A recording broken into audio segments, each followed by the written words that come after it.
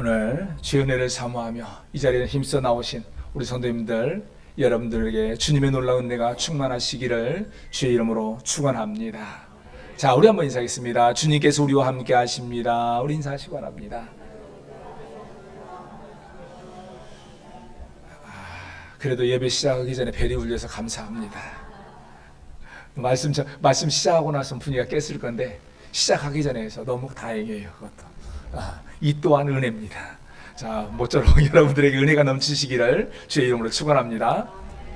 또 이런다고 또 벨 울리면 안 됩니다. 자, 우리가요 오늘 말씀은 어느 정도 신앙생활 하신 분들은 대부분 잘 아시는 말씀이죠. 바로 이 초대교회 성령 충만한 사건이 있었던 직후에 이제 아나니아와 삽비라 부부가 하나님의 징계를 받아서 죽는 사건, 그 사건에 대해서 기록된 내용입니다. 사실 이제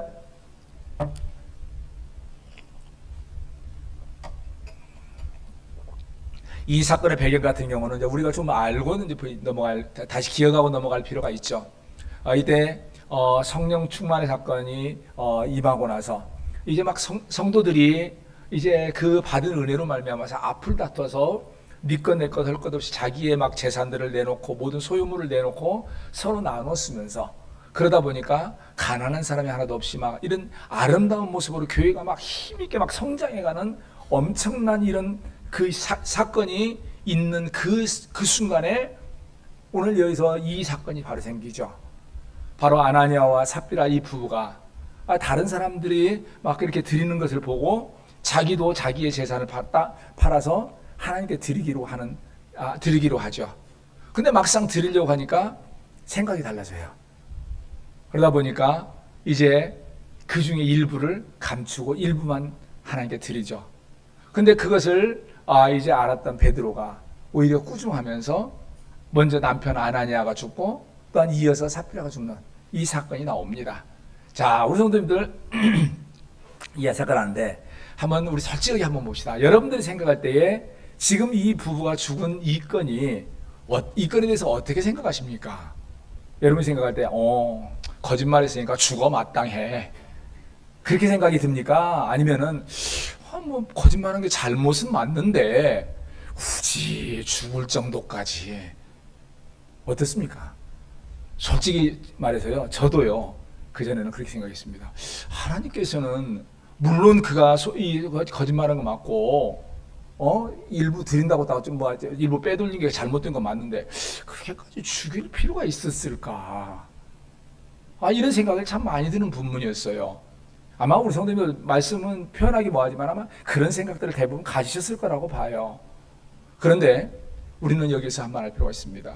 이렇게 하나님께서 하신 이유가 있더라는 거죠. 이것은 초대교회가 힘있게 세워지는 이 교회에 이 주시는, 또한 오늘날 우리가 이걸 통해서 말씀하시는 귀한 메시지가 있더라는 거예요. 우리가 여기서 보면서 단순히 그가 속인 것 때문에 죽었구나, 야 이거 교회도 이거 무서워서 어디 다니겠나, 뭐 사람이 하다 뭐 욕심 때문에 뭐 어디 그럴 수도 있는데 그런다고서 그냥 확 죽어버리면 이거 무서워서 다니겠나, 뭐 이런 생각이 들 수가 있습니다. 근데 우리는요 무조건 죽었다 이것이 아니라 하나님께서는 왜 굳이 그렇게 힘있게 교회가 성장하는 그 순간에 이 일을 하셨을까? 다른 데는 하나님의 은혜의 하나님인데 왜 이렇게 무섭게 하셨을까? 우리는 이걸 한번 생각해 볼 필요가 있다는 거죠.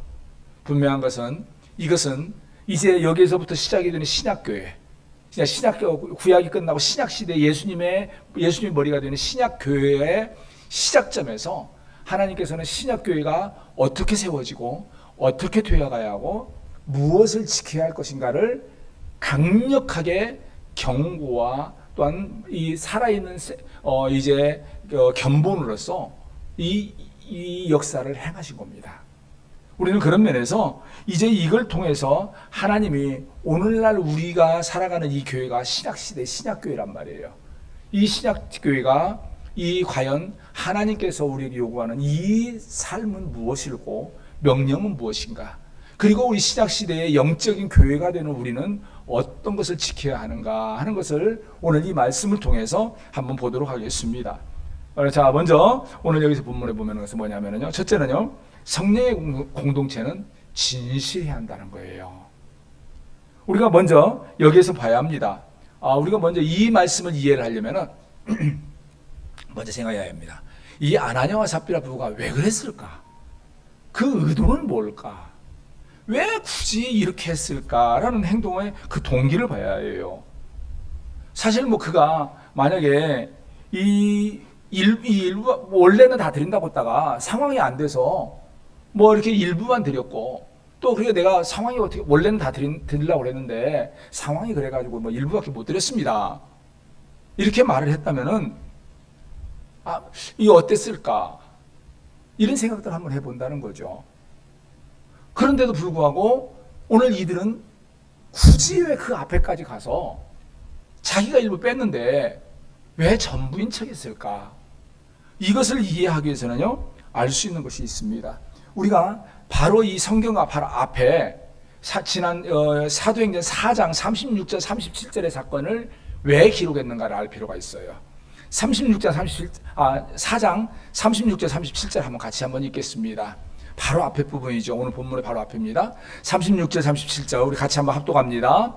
구브로서 난 레위족 사람이 있으니 이름은 요셉이라 사도들이 일컬어 바나바라 번역하면 위로의 아들이라 하니 그가 밭이 있음에 팔아 그 값을 가지고 사도들의 발 앞에 두니라. 그리고 그 앞에 많은 사람들이 밭을 팔아서 소유를 사도들에게 갖다 드려요. 바쳐요. 그러니까 이 보면서 그 당시에 레위 보면은 레위 사람, 그 다음에 다른 많은 성도들이 너나 할 것 없이 막 많은 재물을 갖다가 자기 팔아서 갖다 드리는 거예요.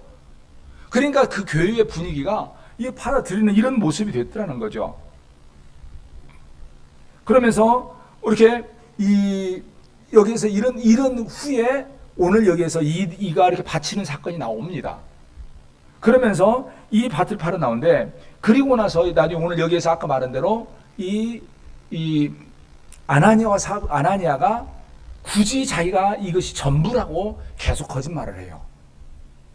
그 의도를 우리가 볼 수 있는 것은 바로 그리고 거짓말하는 이유는 바로 이게 뭐냐면은 그가 드린 이 목적이 다른 사람들과 달랐다라는 거예요. 바로 뭐냐면은 이가 드린 것은 하나님께 바친 것이 아니라 사람들에게 인정을 받기로 원했다는 거죠. 즉 다시 말해서 모든 사람들이 바치니까 나도 바쳐야 할 것 같아. 그리고 이렇게 사람들에게 바치니까 나도 바쳐야만이 사람들이 내가 믿음이 있는 것처럼 또 내가 뭔가 진짜 하나님께 뭔가 바쳤구나 인정할 것처럼 생각이 들었다라는 거죠. 즉 다시 말해서 지금 현재 이전에 다른 사람들은 하나님이 주신 그 성령의 충만함에 의해서 감사함으로 하나님께 바치는 그 모습들이 있었는데 이 아나니아와 삽비라 이 부분은 목적이 하나님이 아니라 사람이었더라는 거예요.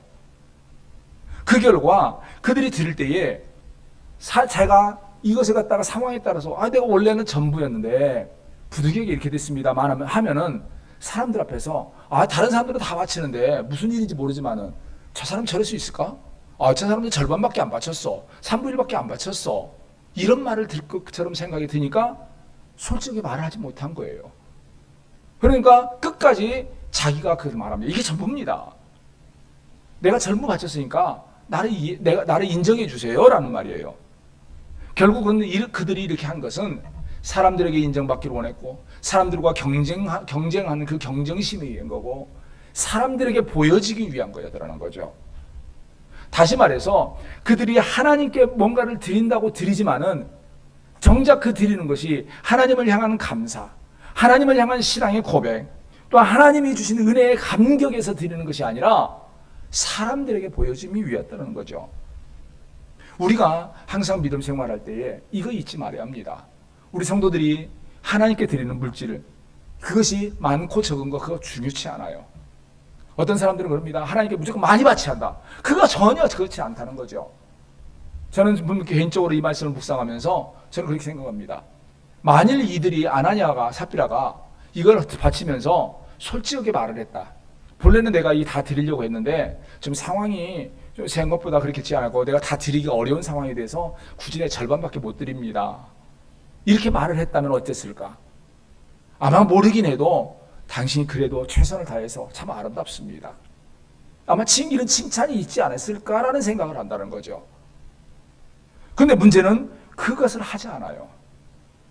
왜냐하면 그의 관심은 내가 이것만 드리면 사람들의 그 인정을 받지 못할까? 사람들에게서 경쟁하는 데서 누구는 다 드렸는데 누구는 그것밖에 안 드렸냐라는 말이 나올까 봐서 아니더라는 거죠. 결국 그들의 문제는 얼마나 많이 드렸느냐 이게 아니라 누구에게 이 하나님께 관심이 아니라 사람에게 관심을 가진 것이 문제가 됐더라는 거예요. 우리 성도님들 믿음 생활할 때 꼭 기억하시기 바랍니다. 우리 하나님은요 여러분들에게 많은 거 전부를 요구하지 않아요. 하나님은 얼마나 여러분들이 많이 바쳤느냐가 아니에요. 하나님 앞에서 얼마나 진실했느냐를 하나님 보시기를 원한다는 거예요. 때로는 우리 삶이 내가 많은 거 드릴 수 없어요. 괜찮아요. 그러나 그것 때문에 내가 못 드려서 내가 조금밖에 못 드려서 사람들이 나를 어떻게 봐 이 생각을 하지 마시고 하나님 앞에 내가 드리기를 원하지만은 내가 부족해서 이것만 드립니다라는 믿음의 고백으로 솔직하게 드리면은 우리 하나님 절대 그거 꾸중하지 않으신다라는 거예요. 근데 문제는 오늘 여기서 이들은 말로는 하나님께 드리는데 그 관심이 하나님이 아니라 사람이에요. 사람들의 눈, 사도의 눈, 사람들에게 뭐라고 인정받는 거, 사람들과 경쟁심, 이 관심이더라는 거예요. 우리가 믿음 생활할 때에 이 부분들을 꼭 조심해야 합니다. 우리가 이 실제로 신앙생활하면은 우리가 교회 안에서 해가가고 여러 가지 많은 일을 하다 보면은요 여러 가지 직분을 감당합니다. 봉사를 합니다. 때로는 여러분들이 11조를 합니다. 감사한금합니다. 그런데 그 모든 것을 할 때에 관심이 대상이 하나님께 되어야 해요. 11조를 하든 봉사를 하든 하나님 앞에서 하는 그 자세가 되고 하나님 보시기에 어떠한가 모습으로 해야 한다는 거죠. 사람들 앞에 보이기 위한 모습이 돼서는 안 돼요. 우리가 그런 면에서 기억할 일이 있죠. 예수님의 말씀입니다. 우리가 아는 대로 예수님께서 유독 꾸중 많이 하시고 유독 미워한 사람들이 있죠. 바리새인과 서기관들. 그들이 왜 그렇게 꾸중 많이 했나요? 우리가 아는 대로 외식입니다.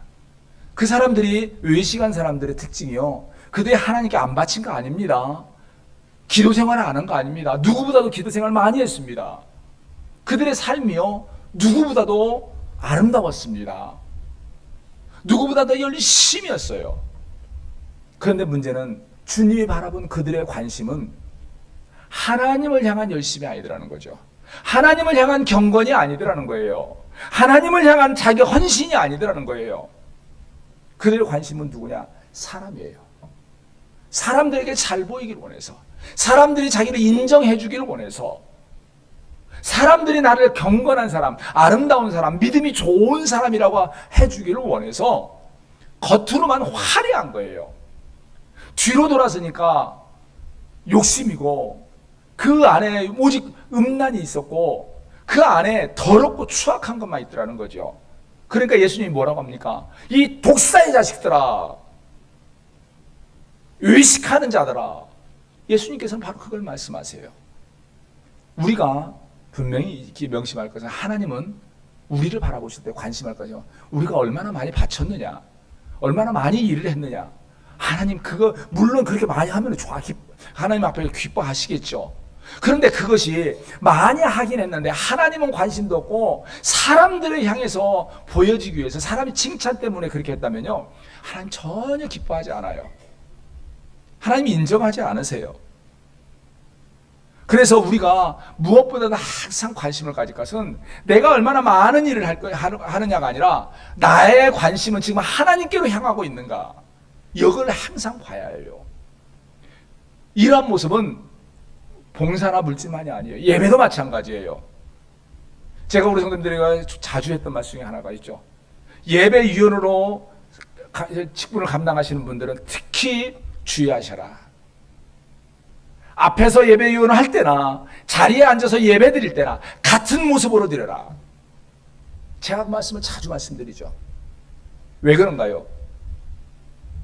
오늘날 우리의 교회, 오늘날 이 시대에 보면은 의외로 많은 사람들이 앞에 나와서 아니면 성도들 보이는 앞에서 예배 유언할 때는 너무나 거룩해요. 너무나 아름다워요. 너무나 믿음 있는 것 같아요. 그런데 돌아서서 자기의 자리에 앉으면은 딴 세상 가 있어요. 어떤 사람은 좁니다. 어떤 사람은 밑에서 다른 짓 하고 있습니다. 어떤 사람은 휴대폰 꺼내놓고 있어요. 하나님에는 관심 없어요. 성도들이 나 볼 때는 믿음 있는 것 같은데 성도들의 눈이 나를 벗어나 버리면 딴짓을 해요. 그것이 뭔가요? 그게 외식이에요. 그것이 바로 하나님을 향한 관심이 아니라 사람을 향한 관심을 한다는 거죠. 그렇게 되면은 결코 하나님이 기뻐하지 않으세요. 하나님은 진실하게 우리의 마음과 뜻과 정성이 하나님께 향하기를 원해요. 우리가 부족해도 괜찮아요. 못 드려도 괜찮아요. 부족하면 부족한 대로, 연약하면 연약한 대로 우리가 진실하게 하나님께 우리의 마음을 내려놓고 하나님을 바라보며 하나님의 은혜를 사모하는 이 믿음 생활을 해야 해요. 내가 실수한 거 괜찮아요. 하나님 나 부족했습니다. 내가 실수했습니다라고 해야 해요. 내가 실수하고 부족해서 때로는 내가 연약해서 모습이 나왔는데 먼저 생각한 것이 아이고 사람들이 나를 뭐라고 할까? 사람들이 뭐라고 하는 게 아니라 하나님 보시기에 내가 어떨까가 먼저 중요한 거예요. 그래서 우리는 무엇보다도요 믿음 생활할 때 예배를 생활할 때에 하나님 앞에 봉사를 할 때에 헌신을 할 때에 항상 하나님 보시기에 아름다운 모습으로 하나님 앞에서 하려고 해야 해요. 하나님 앞에 진실하게 하려고 해야 해요. 사람들의 평가 때문이 아니라 하나님이 보시기에 아름다운 모습으로 하려고 해야 해요. 저는 그런 면에서 염려하는 것이 하나가 있어요. 사실 우리 교회는 이제 주보에 우리 여러분들이 매주 헌금한 것에 대해 여러분의 이름이 올라갑니다. 그런데 우리 성도님들 아셔야 할 것은 제가 그렇게 올리는 이유가 있죠. 저는 제가 목회의 방침 중에 하나가 교회는 재정적으로 투명해야 한다. 저는 이것이 필수예요. 그래서 교회가 성도들이 본인들이 헌금한 것에 대해서 혹시 만약에 누락이 되면은 반드시 말씀하셔라. 그게 자기를 과시하기 위함이 아니라 그게 혹시라도 중간의 과정에서 그것 때문에 투명하지 못해서 누군가가 시험거리가 되지 않도록 하기 위함이에요. 우리가 절대 확인해야 한다. 그런데 제가 그러면서 한편으로 염려하는 것이 혹시 그것 때문에 성도들이 하나님 앞에 내가 드리는 것이 아니라 주보에 내 이름이 올라가기 위한 목적만으로 드리는 거 아닐까. 내 이름이 주보에 올라가서 다른 성도들이 보면서 아이고 우리 장로님이 우리 집사님이 헌금 잘하시네 이것 보고 이거 인정받고 싶은 마음에 봉투 마련해서 올리고 있는 건 아닐까. 저는 이 말씀 준비하면서 이것이 자꾸 마음에 걸렸어요.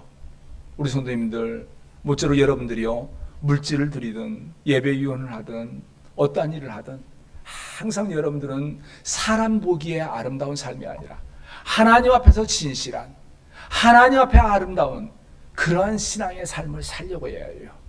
하나님께서는 바로 이것을 요구하셨고 이것에서 잘못된 모습을 갖기 때문에 우리 생각에는 겨우 이 정도 가지고 하나님 왜 그랬을까라는 생각이 들지만은 하나님은 그들을 치셨더라는 거예요. 우리는 잊지 말아야 합니다. 우리의 신앙의 대상이 하나님이 아니라 사람으로 향할 때 하나님은 우리를 구중하신다는 거 꼭 명심하시기 바랍니다. 두 번째로요, 여기서 말씀하는 것은요, 하나님은요 성령이 가득한 삶을 우리에게 요구하고 계신다는 거 잊지 말아야 합니다. 우리는 오늘 말씀 3절 4절을 같이 합독하도록 하겠습니다. 우리 3절과 4절 같이 합독합니다. 시작. 베드로가 이르되 아나니아야 어찌하여 사탄이 네 마음에 가득하여 네가 성령을 속이고 땅값 얼마를 감추었느냐. 땅이 그대로 있을 때에는 내 땅이 아니며 판후에도 내 마음대로 할 수가 없더냐. 어찌하여 이 일을 내 마음에 두었느냐. 사람에게 거짓말한 것이 아니요 하나님께로다. 자, 여기 보면은요 베드로가 아나니아를 향해서 무섭게 꾸중하는 말이죠. 그런데 여기 보면은요 우리가 보게 되는 두 가지 사실이 있습니다. 그를 꾸중하는 두 가지가 나와요.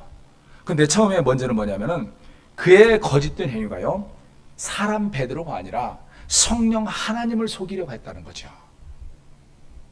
오늘 3절에 보면은 그렇게 말합니다. 네가 성령을 속이고 라는 말을 해요. 4절에 보면은 사람에게 거짓말한 것이 아니요 하나님께로다. 그가 지금 한 것은 하나님을 속이려고 했다는 거예요.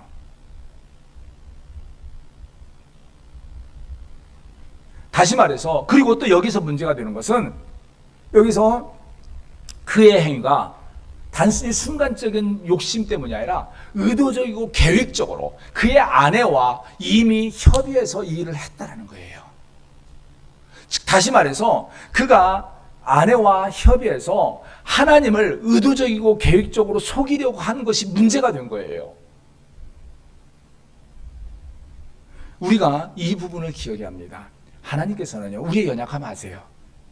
때로는 우리가 부족해서 순간적으로 실수하는 것도 압니다. 율법에 보면은요, 그래서 순간적으로 실수해서 어떤 문제를 일으키고 누가 살인을 하면은요, 하나님께서는 그를 죽이지 못하게 해요. 그러나 만약 계획된 자라면 계획적으로 한 것에 대해서 하나님 절대 용서하지 않으세요. 오늘 여기에서 그들의 문제는 뭐냐면은 계획적으로 자기들이 교묘하게 하면은 하나님도 모를 걸로 착각을 했어요. 그리고 이렇게 했다라는 거죠. 다시 말해서 그들에게 문제는 순간적인 실수가 아니에요. 땅값을 얼마를 빼돌렸냐, 이게 문제가 아니라는 거죠. 하나님을 속이려 한 거예요. 아까 말씀드린 대로 우리는요, 이걸 보면서 하나님은 겨우 이것 가지고 이렇게 이들을 죽였을까? 우리 하나님 너무하신 거 아니야? 라는 생각이 드는 건 사실입니다. 그런데 여기에 가면은요, 알아야 할 것이 있습니다. 그가 문제가 된 것은 땅값이 문제가 아니에요. 하나님을 속이려 한 거예요. 우리가 하나님 앞에서 두려워할 것은, 하나님이 크게 보는 것은요, 여러분들이 하나님 앞에 못 드린 거, 그거 아무 문제가 아니에요. 하나님을 속이고 하나님 앞에서 거짓말하고, 그게 다 자기의 계획적이고 교묘함이 하나님을 속일 수 있을 걸로 착각하고 살아가는 이것이 문제가 돼요. 우리가 이걸 보면서 한 가지 발견되는 것이 있습니다. 사람이요, 똑똑하고 지혜로운 것 같아요.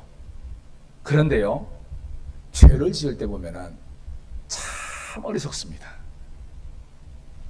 우리가 그런 말 하죠. 눈 가리고 아웅한다. 우리가 어렸을 때 아이들 키우다 보면 그러잖아요. 부모님 보기에는 분명히 눈에 보이는데 뒤에 감추고 내 눈에 안 보인다고 해서 없다 그러면 진짜 없는 것처럼 하잖아요. 근데 이런 짓을 나이 먹고 어른 돼서 하나님 앞에서 해요. 얼마나 하나님 보시기에 가소롭겠어요. 오늘 여기에서 그거 보면은 아나니아와 삽비라가 하나님을 향해서 믿음 생활합니다. 성령의 충만한 사건을 경험했어요. 그러면은 하나님께서 어떤 분인가 압니다. 얼마나 엄청난 일을 행하시는 분인가를 알아요.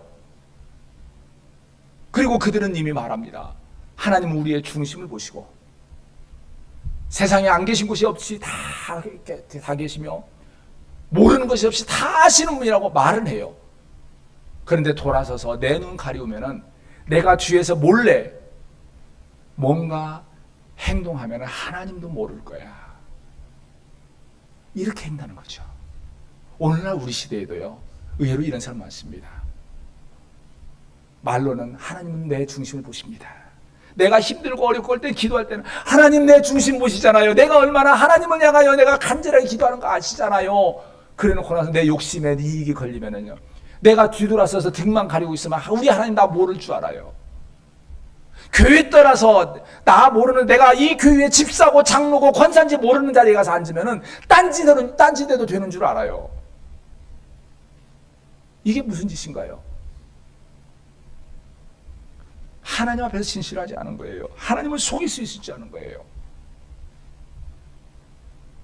그러다 보니까 문제가 나오는 거예요. 그러다 보니까 죄가 나오는 거예요. 그러면 왜 이 문제가 왔을까? 오늘 여기서 말합니다. 두 번째가 문제가 그들이 뭐냐요?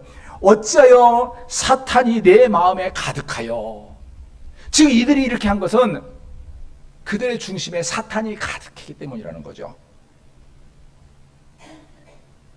우리가요, 여기에서 한 가지 볼 거 있습니다. 여기서 사탄이 가득하다는 말이 있잖아요.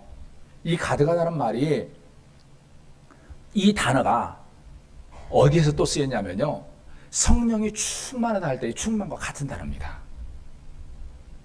성령 충만의 충만과 사탄이 가득하다의 가득하다의 말이 같은 단어를 사용하고 있어요.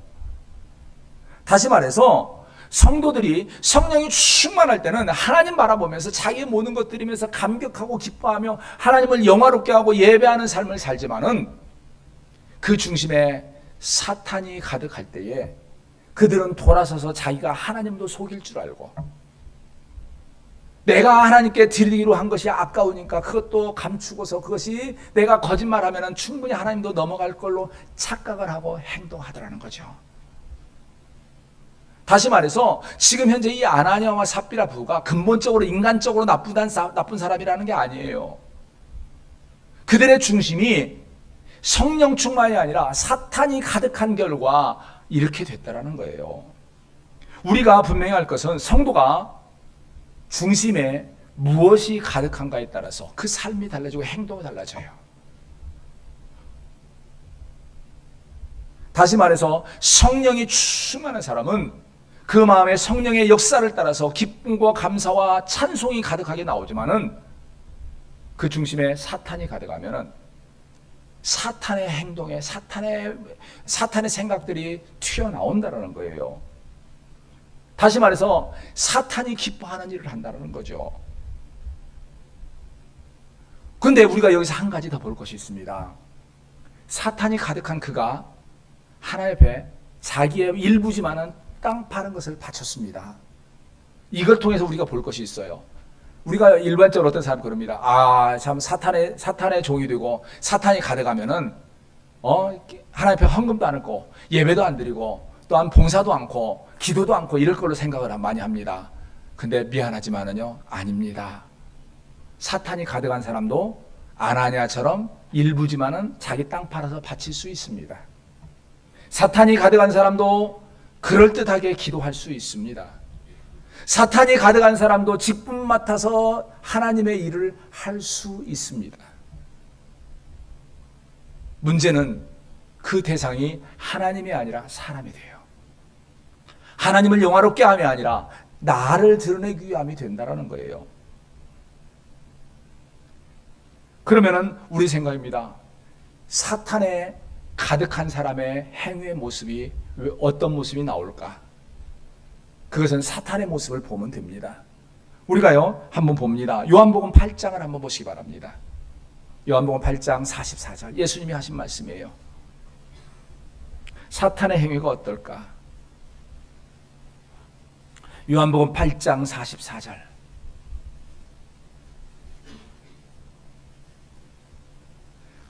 자, 우리 함께 합독합니다. 시작. 너희는 너희 아비 마귀에게서 났으니 너희 아비의 욕심을 너희도 행하고자 하느니라. 그는 처음부터 살인한 자요 진리가 그 속에 없으므로 진리에 서지 못하고 거짓을 말할 때마다 제 것으로 말하나니 이는 그가 거짓말쟁이요 거짓의 아비가 되었습니다. 여기 보면은요 이 마귀의 특징 세 가지가 나옵니다. 첫째는 뭐가 나옵니까? 욕심. 마귀는 너희 아비의 욕심을 너희도 행하고자 한다.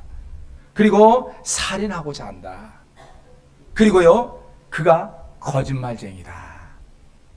그러니까 진리가 없는 결과 그가 욕심, 살인, 거짓말쟁이에요. 근데 이것이 오늘과 어떤 연관이냐?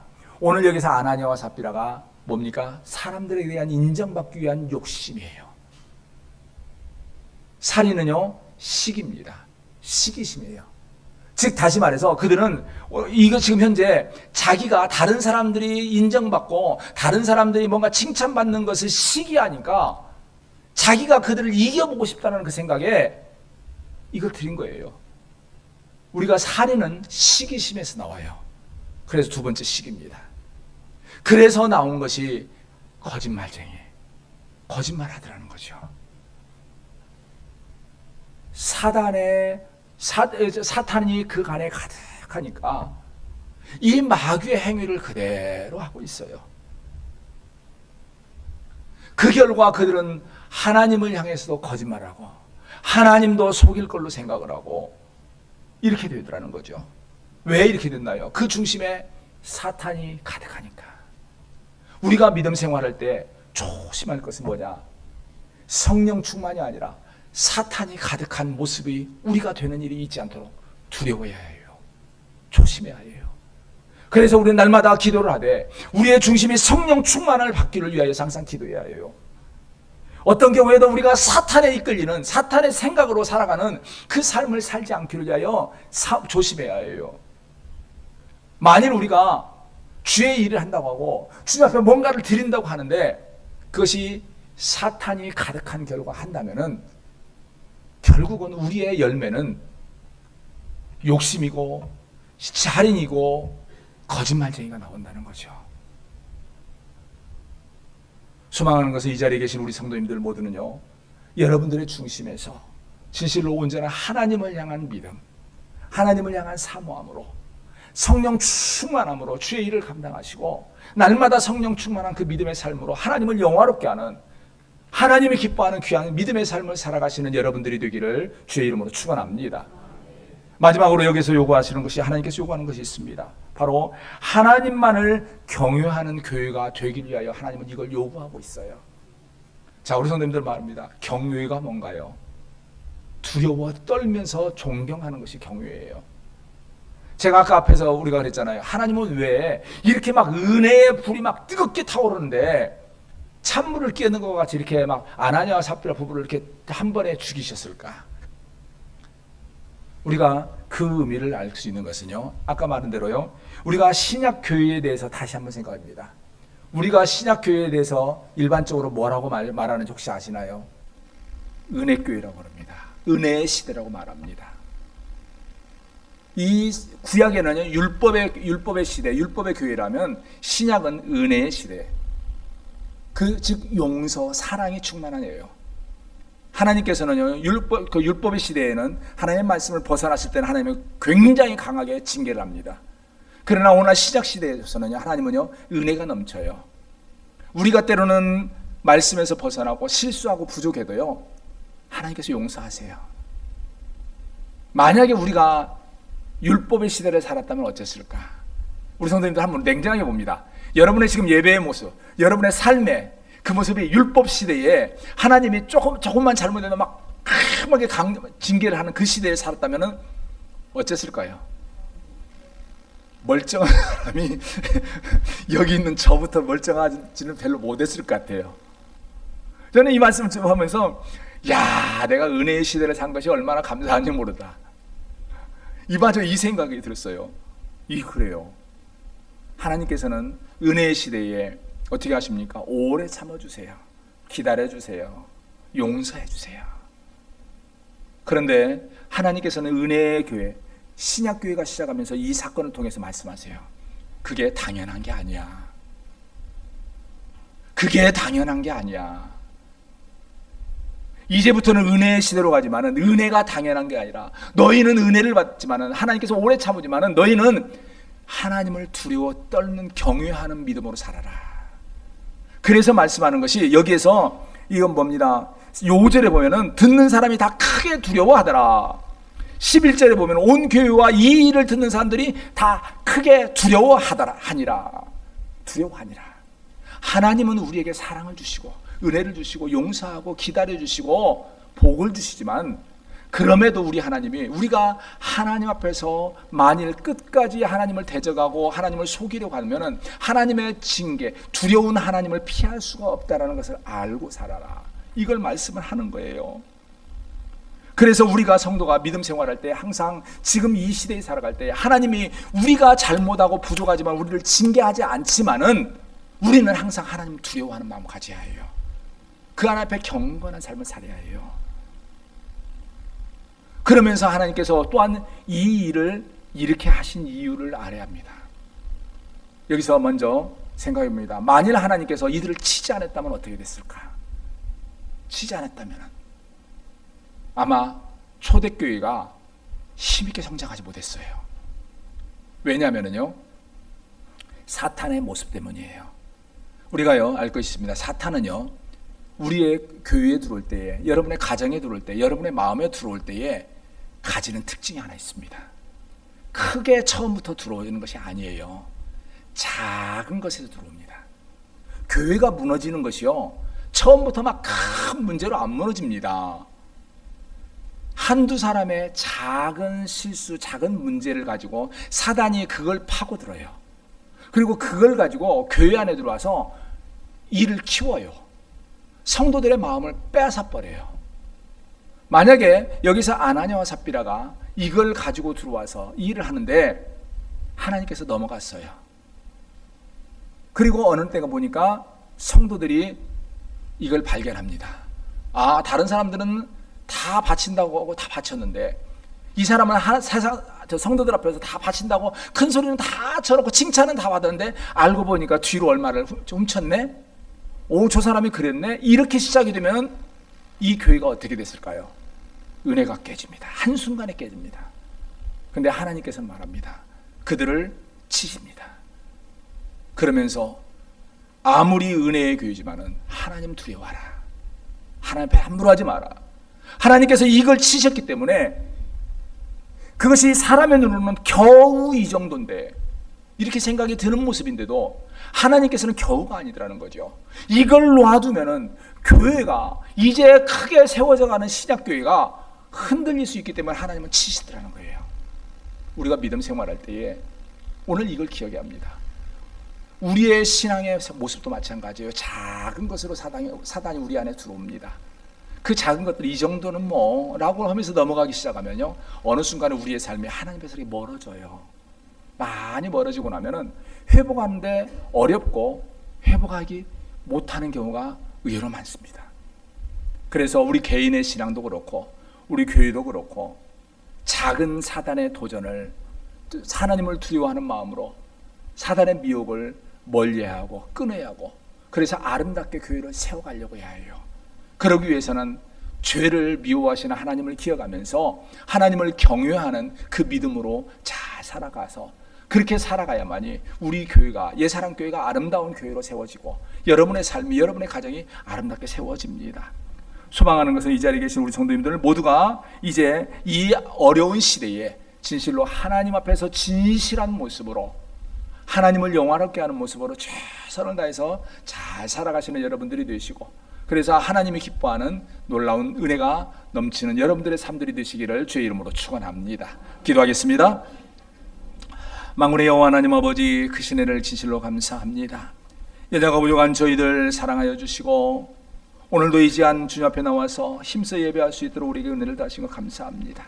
하나님 아버지, 원하고 권하오니 우리 사랑하는 우리 성도들 참으로 이 땅에서 삶을 살아갈 때에 오직 하나님만을 바라보며 하나님 앞에 진실하며 오직 하나님을 영화롭게 하는데 믿음으로 최선을 다하여 잘 달려가는 우리 성도들이 되게 하시고, 어떠한 경우에도 사람을 위하여 신앙생활하는 일이 있지 않도록 허락하여 주시옵소서.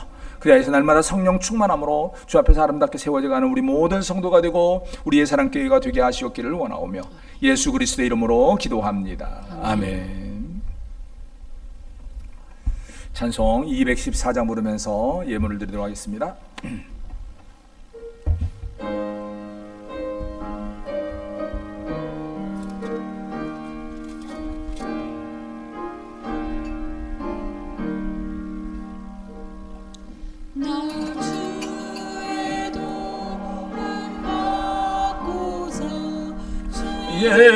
예수님께 빕니다.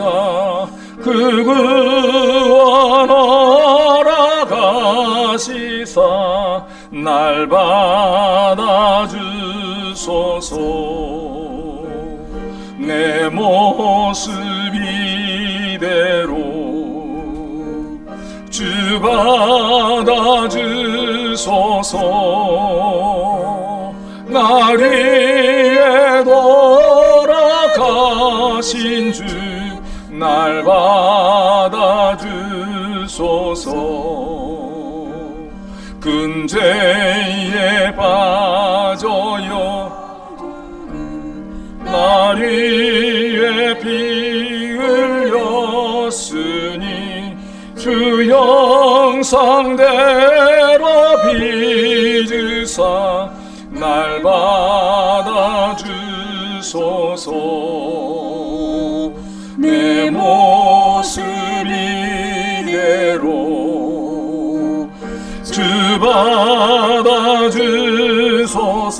받아주소서. 날 위해 돌아가신 주 날 받아주. 4절입니다. 내 주님 서신 내 주님 서신 발 앞에 나 부러뜨렸으니 그 크신 역사 이루게 날 받아주. 내 모습 이대로 주 받아주소서. 날 위해 돌아가신 주 날